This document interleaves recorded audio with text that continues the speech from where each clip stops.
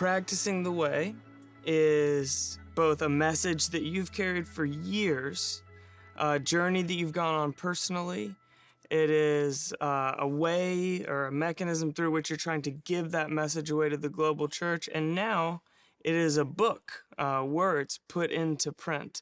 So I think it would be most helpful if we began just by defining some terms. You've obviously very intentionally chosen the terms practicing the way of Jesus. Yeah.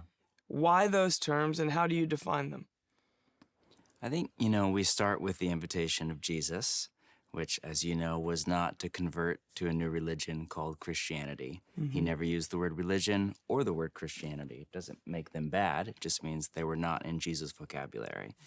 His primary invitation was, come and follow me. And it was to apprentice under him into this whole new way of life that he called the kingdom of God. And he used both these words, practice and way, all over. I mean, I think in the Gospels, it's like well over 50 times.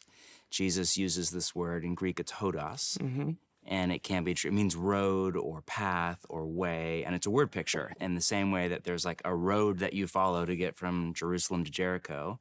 There is a way of life that you follow in order to apprentice under Jesus into what he called the kingdom of God, the rule, the reign of God, the peace, the presence of God. And this way of life takes practice. So, the Sermon on the Mount, which for hundreds of years has been disputed, like, is this really like even a possible way of life for an ordinary person? What a lot of people miss is that Jesus bookends the Sermon on the Mount. At the very beginning and the very end, he makes a very strong statement about practice. And he just assumes this way of living is going to take a lifetime of practice in community, hence the name Practicing the Way. And that term, hodos, Yes. is also used in the book of Acts 4 separate times to refer to, The church. Jesus' early Yeah. followers of the way. And we have mostly replaced that with the modern day term Christians, Yeah. right?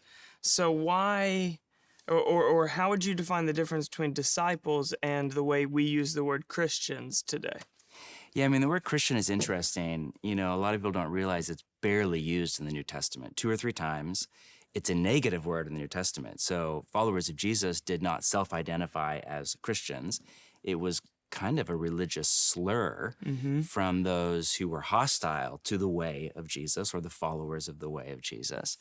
And the word itself literally means something like, mini Messiah or little Christ, but it's a sarcastic term, like you want to be Jesus or something like that. And later on in church history, after the New Testament, followers of Jesus started to self-identify. They picked up this religious slur and said, yeah, that's exactly who we want to be. We want to be little Christs. We want to be like Christ. And so there's the word itself, Christian, is a beautiful word. But over many centuries in the West, for a long time now, that is just simply not what the word means to most people. The predominant meaning, the most common meaning, I think in America at least, of the word Christian is just somebody who basically has a rough Judeo-Christian worldview or kind of mental map in their mind of God and some basic Christian doctrines, goes to church occasionally and, tries to be a good person. Or all good things. I'm for those things. Sure. But hence all the stats and polls of the amount of people who identify as Christians in the U.S. And then you can't make sense of that when you hold up the lifestyle of most people. Yeah, completely. There's nothing like the New Testament. And now, the last 5-ish years, you have this huge shift where in more progressive cities and cultural contexts like you or I in, or I think of, I read the New York Times most days, the word Christian now has like political overtones. It even has racial overtones. So for a lot of people, now they hear the word Christian, they think a white person who is a strong kind of Trumpian political viewpoint. And they're just not thinking of what Jesus means by become my apprentice, or disciple. And whereas this word disciple is used 268 times in the New Testament. So 268 verses 3. Which is exactly. Yeah. And, so you're picking up, and this word disciple has just all these beautiful overtones that the word Christian doesn't have. And it makes sense that the New Testament would just key in on this word. It is a It is a document. It is a library written by disciples of Jesus for disciples of Jesus. And I think, whenever it's really hard to measure somebody's like spiritual devotion. But whenever attempts are made, like something around, even for all the talk about America's post-Christian, something like 71% of Americans still self-identify as Christians. If you're in Portland or LA, it's hard to imagine that. But when you travel, you realize, oh, wow, there still is this strong vestige of Christendom, of cultural Christianity. But then any attempt to like actually measure how many Americans, for example, are practicing the way of Jesus, are like discipling under or apprenticing under Jesus, most estimates come in right around 4%. Wow. So 71%, 4%. Like that, right, that shows you much of the chasm that we have in kind of the wider culture. And so this word disciple, I think, is a great invitation to Jesus' invitation. Dallas Willard, the philosopher that's played such a role in this book and practicing the way of the organization in my life, he has this famous line that I quote whenever I teach on this, the greatest issue facing the world today, and you could stop right there. Like, there's a lot of issues, a lot of issues facing the world today, is whether or not those who identify as Christians will become disciples, practitioners, students, followers of Jesus the Christ. And so I think that's the call to many, I think, Americans or Westerners, is to move from being a, quote, Christian in the kind of modern use of that parlance of that word, to being a disciple of Jesus. Yeah. One other question about terminology to get us on the same playing field here. So you, a minute ago, used the word apprentice as synonymous to disciple. So why is that? Well, so the Greek word, as you know, is mathetes, and in Hebrew it's this word talmidim, and it can be translated, the word literally means, like if you're a Greek scholar and you're listening, the word literally means a learner. So it can be translated student. The problem is then we import like our Western model of education into that, where you like go to class 3 days a week. Purely cognitive. And you read books and you take a test. That's not what it means. It can be translated follower, or disciple is actually a beautiful translation of it. It's just not a word we use a lot. And sometimes I think Christians mean different things by that word. That is not necessarily what Jesus means by that word. And so I just think the best word we have in the English language to convey the meaning of mathetes is this word apprentice. Because if you think about being an apprentice to a mechanic or a plumber or an artist or an architect, you are learning from a master, not just information, but you're learning how to become a type of person who can, with your master, like your master, one day do what your master does. And so I just think it's the best word we have in the English language to capture what it is that Jesus is calling his followers to.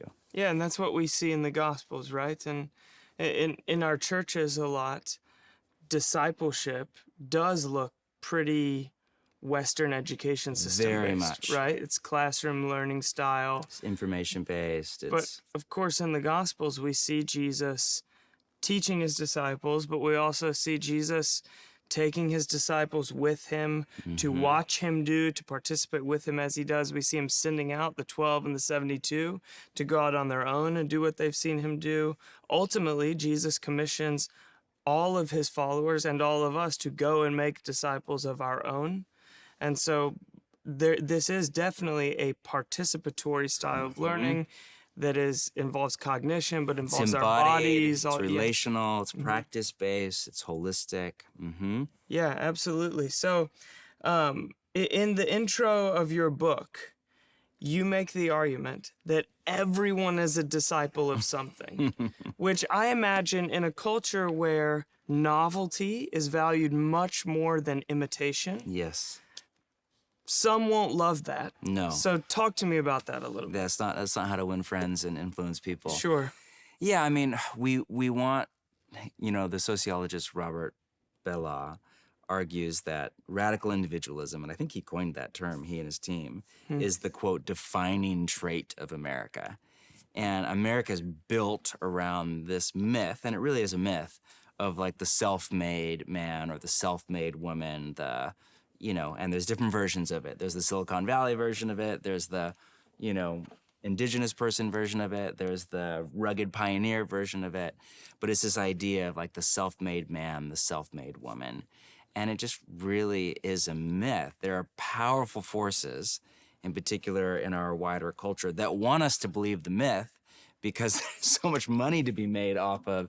If you don't believe that you're following anybody, then when the reality is we're all following somebody or something. Yeah. There's so much money to be made. There are subscriptions and books to be sold, so much that can be done. Yeah.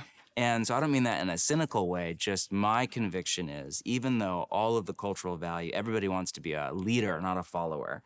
But the reality is none of us come into this world by ourselves. We're not self-made. It's not how the human body is wired by God, whether you come at it through the lens of Christian theology or modern neurobiology. It's just not what it means to be a human being. Mm-hmm. And so I think it is absolutely imperative that we recapture this kind of holistic model. Mm-hmm. Yeah, I think to acknowledge that we're all apprenticing under some rabbi, right? Something. Is just to be really honest about the human condition. It is to say, I am not unaffected by my environment. I am not a true original in every sense of the word. Of course I'm affected. And the choice that I do have is to aim my attention and affection in a direction, right? What to follow. Yeah. Yes. So we're all going to aim the attention and affection of our lives in some direction, and whoever or whatever we aim it at will then shape us into its image. It will determine who we become. Yeah, and so to be a follower of Jesus is simply to say, I want to very intentionally aim my attention and my affection at Jesus of Nazareth. Yes. And by so doing, over time, be formed increasingly into his image. Yeah, I mean, the question is not, are you a disciple? It's who or what are you a disciple of? Mm-hmm. Whether it's Jesus or Goop or some tech guru, Jack Dorsey, or some writer, or Buddhism, or modern neuroscience, or trauma-informed therapy. Like, we're all disciples. Yeah. We're all like following something. We're investing the hope of the healing of our soul, of us becoming the kind of people we want to become and living the life that we want to live and discovering, whether you want to call it happiness or peace or whatever, meaning. We're all on the same quest. The question is like, what way, what path do you follow? And really this is a question about who do you trust? Right. Because your rabbi is whoever, whatever. Your rabbi could be an ideology, it could be a celebrity, it could be a historical figure, it could be a religious figure, it could be Jesus. But really, your rabbi is what source of wisdom and insight into the life that you most deeply desired are you going to trust? Yeah. So before we proceed, I think one other thing that would be interesting for us to, like a rabbit hole, to go down a little bit. Gotta love a rabbit hole. We have this gap that we've acknowledged between apprenticeship to Jesus and I identify as a Christian. Right. And what would you say is the cause of that gap? Where has that come from? And therefore, what does it look like to try to close that gap? Yeah, I mean, there's likely not one cause of that. Mm-hmm. For sure, a driver in it, without getting too angsty, is the way, since at least about World War II, in the United States of America and in much of the West, the gospel of Jesus has been laid out in such a way that you could become a Christian without becoming a disciple of Jesus. You could become, I believe in God, I'm going to heaven when I die, I have some faith, without devoting your life to apprentice under Jesus, without Jesus becoming the animating, like the telos, just what you said, what you aim your attention and your affection at. And this tragic kind of split where discipleship or apprenticeship to Jesus has often been considered like an optional secondary track to what evangelicals would call conversion. So there's in this rubric, I don't think it's the right rubric, but it's a very popular one. There's this moment of where you convert to Christianity and you, quote, get saved, language never used by Jesus, the New Testament writers, because they don't think about salvation solely in the past tense. So Right. you would not hear Paul say, I got saved on the road to Damascus. He just would not think that way because in his mind, salvation was way wider than that. So, but in this rubric, like there's a moment when you get saved, you convert, you become a Christian, and then if you want, the hope, of course, is that you then become a disciple of Jesus.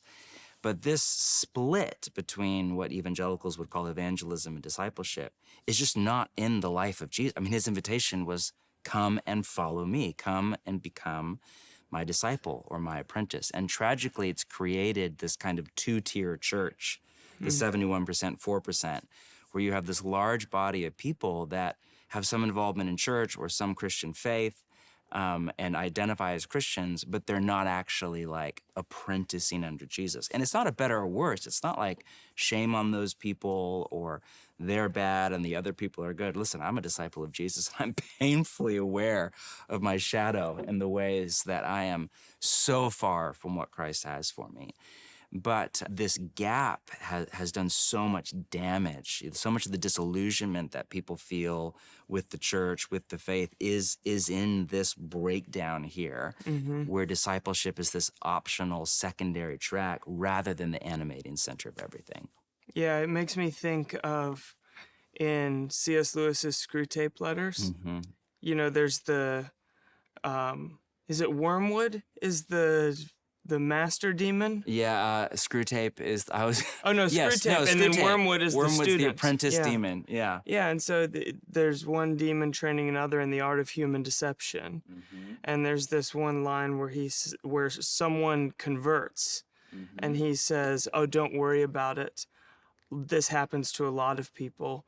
All of their habits are still in our favor. Wow. And so essentially, like, it's okay if they have come to a different cognitive understanding if we still own the way that they're living. Their habitus, their life, their relational world, their animating center. Yeah, and I think it's interesting what you point out about maybe the minimization of salvation, or this divorce between Because the Jesus if truth you get and the salvation Jesus way. wrong, if you get the gospel of Jesus wrong, then you get discipleship wrong, or you just don't get it at all.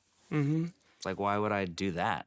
Yeah, and I think we don't want to throw the baby out with the bathwater. Like a conversion experience or a conversion moment is extremely beautiful. important for many people, but it is meant to be the beginning of new life. The beginning of a journey. Yeah. Yeah, and that's the metaphor that the gospel author John uses for Yeah. salvation, or for the invitation of Jesus. He calls it life, you know, Yeah. not being saved, And the but born life. again or born from above, you know, it's like you're literally beginning a whole new life cycle of becoming a whole new person over decades and decades. Yeah, so let's talk about that life cycle. So, an apprentice to Jesus, how would you define apprenticeship to Jesus? What does it look like? I mean, the rubric that you and I both use is a very simple one. An apprentice or a disciple or a follower of Jesus is anyone who has organized their life around three driving basic goals. Number one, to be with Jesus. Number two, to become like Jesus. And number three, to do as he did. And that's just basically an interpretation of first century discipleship. And a lot of modern Christians don't realize Jesus did not invent discipleship. It was like woven into the first century kind of Hebrew world. It was a part of their educational system, kind of like grad school would be today, or a doctoral fellowship would be today. It was the upper echelon. It was the heights of Jewish education. It was really hard to get into, which is why Jesus' invitation is radical, because he said, whoever wants to be my disciple. That'd be like, you know, the president of Harvard saying, whoever wants to go to Harvard on a free ride scholarship, just email me tomorrow. It was just unheard of, you know? And, but it was woven into this world, and that's what it meant to follow a rabbi. And Jesus was not the only rabbi with apprentices. It meant that you would literally leave your home, your family, your village. You would go walk behind him. Like following your rabbi was not a word picture. It was very literal. You would walk behind your rabbi 24/7, and your goal was to be with him. It was to become like him, to imitate his every move. This is not a radical individualism society. You want to become like your rabbi. And then eventually you're training to become a rabbi yourself, to go out and carry on your rabbi's work. And when he was done, when he thought you were kind of through your apprenticeship program after a few years, he would likely turn to you and say something like, okay, Tyler, like, I think you're ready. We've been together. Now you go and make disciples. And so this is the paradigm that Jesus picked up for the formation of human souls. And so, yeah, that's, for me, that's what it means to be an apprentice of Jesus. It means the organizing center of your life is 3 goals. I want to be with Jesus, I want to become like Jesus, and I want to do as he did. And we'll have a lot of time to get more into that as the episodes In unfold. future episodes. Yeah, so right now, what I want to dig into is the organizing center of your life. All of this is language of intentionality. Yeah. So it sounds like what you're saying is this is a call to the church. Yeah. Like Willard's language for Christians to become disciples. Yeah. To become intentional about orienting the whole of your life around apprenticing under Jesus. Yeah. So I imagine some might bristle or lack understanding on what does it mean to become intentional about that? Yeah. And should we fear that this is all beginning to sound a little bit like works righteousness? Well, I mean, I guess what I would say is your life is already organized around something. It just may not be Jesus. It may be your career, and trust me, like the careerism of Western culture is 1,000 times more legalistic than anything Jesus has on offer. It may be health and wellness or physical fitness. It may be the arts. It may be pleasure. It may be food. It may be addiction. It may be your family. Like your life is already, your life has a center. Every life has a center. The question is not, do you have an animating center? It's what or who is it? And is it giving you life? And is it forming you into the kind of person that you most deeply desire to become?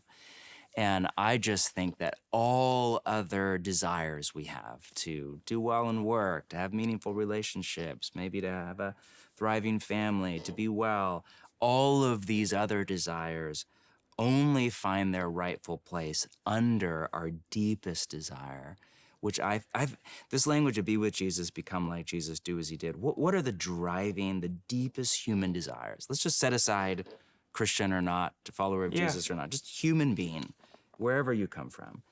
I mean, ultimately, I think, one, we desire what we Christians would call union with God. We desire God.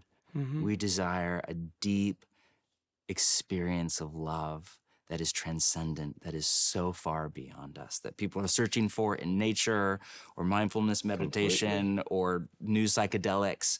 But ultimately, or human companionship. Romance. I mean, so much of the modern Western romance obsession it's really the sexual obsession.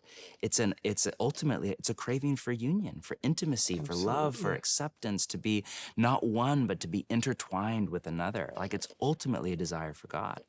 Yeah, I mean, that's the first desire that we see in an infant, right? And the desire that never goes away. Yeah, what's that we carry forever. The psychiatrist Kurt Thompson, we are born looking for someone, looking for us in love. Yes. Like the attachment system, we're wired. We come out of the womb looking around, will somebody look at me and love me? Yes. And no matter how wonderful our mother or father may be, we never stop looking. We never stop looking. Right. And no human being ever touches that deep ache. Not the best mother, not the best father, not the best lover, not the best. There's always something deeper. Yes. And as those that follow God know, and I don't even have clumsy language for it. I'm not even that far yet. But there's this bizarre paradox where you always want more of God, and yet you're never more satisfied by anything other than God. So you're never satisfied, and you're never more satisfied at the same time. Yeah, I would say my experiences that I have felt most without want, like most content, most joy. Yes. You know, that like not pleasure, not delivered through some medium of entertainment or indulgence or anything, but just pure joy have been moments of intimate union with God. Yeah. Like moments of encounter with him solo, quietly by myself, or in a loud worship gathering or whatever. Or in deep relationships where we experience like God. sitting at a dinner table where the conversation reaches a place of depth and substance where it's like touching the deep soul place in everyone. But those are the moments when I feel most like I don't need anything else. Yeah. I feel as full as I've ever felt. And yet I want more of this always. Yes. Right? It's like a sunrise or a sunset. Like you're so thrilled to be there and you're always want it to not stop. You know? Exactly. It's that beautiful feeling, you know? And I think that's be with Jesus. That's the first, we all want this. The second goal, become like Jesus. We deeply desire, everybody would use different language, but I don't think there's a human being that doesn't at some level desire to become pervaded by love and goodness. I just think, I mean, you go to a funeral, like this is so telling. Like at a funeral, you know, David Brooks has the whole idea of resume virtues versus eulogy virtues. The kind of things that we talk about in life and self-identify with life and brag about in life are not the kind of things that people talk about or we want people to talk about at our funeral. Right. And it's all character. It's all who they became. It's basically relationships and the measure of love in those relationships. That at the end of our sojourn on earth, I think often that desire is suppressed, it's abused, it's ruined, but I think we come into this world with a latent, what I would call latent desire for sainthood, a desire to become deeply pervaded by love and goodness and set free from all of our fears and attachments and broken attachments and addictions and compulsions that constantly sabotage our heart's earnest desire to be full of love and goodness. And this is what makes imitation not like actually a beautiful thing and an honest thing, is that throughout history, a lot of people have looked at those in the second half of life or looked at the end of life and aimed at like who I want to be as an old man or woman. And we live in a culture obsessed with youth. With the first half of life. Right, trying to hold on to the first half So of our life heroes as long are as like possible. 40-year-old billionaires, and it doesn't go beyond that. Yeah, exactly. And so we're clutching the first half of life in every way you can think about it. Appearance, lifestyle, you know, Success, exactly. fame, wealth, beauty, popularity. Right. So we're grabbing for resume virtues, right? And to aim our life in imitation of Jesus, or that latent desire for sainthood as you're describing it, is simply to be honest about the fact that I want to look at my life from the end I want to arrive at back. I want to know the destination of this journey, because every successful journey begins by naming the destination, right? Knowing where you're going. Yes. And so when we say, I want to become like Jesus, we're saying, Start with the end in mind. yeah, I want to be someone that lives for what will matter most at the end on this present day that I'm living today. I want to live for love and relationship and those things that are truly lasting today. But I also know that I have all these other desires in me, like success and career and whatever it may be, comfort. And so this is going to require both resisting and intentionally directing my desire. Say no to some desires in order to say yes to my deepest desire. Yeah, there's one author, I wish I could remember who it is right now, but talks about desire, and he says that the whole of human life is to identify deep longing and then be trained by that longing. Wow, So, what beautiful so language. train myself today by the deepest longing. It's not about in this desire soul. suppression. It's about like getting in touch with the deepest desire, the base of the soul. Right, so we've got be, become. And then, the third goal, do as he did. I think the other great ache of the human heart is to make people would use different language. You know, Steve Jobs' famous language, make a dent in the universe. To leave the world better than we found it is very common and popularized language. I think at the end of the day, nobody just wants to be a carbon footprint. You know, nobody just wants to be, or a consumer, or a profile on social media. We want to matter. We want to, and there's an unhealthy aspect of that where we look for validation from external accomplishment or accumulation.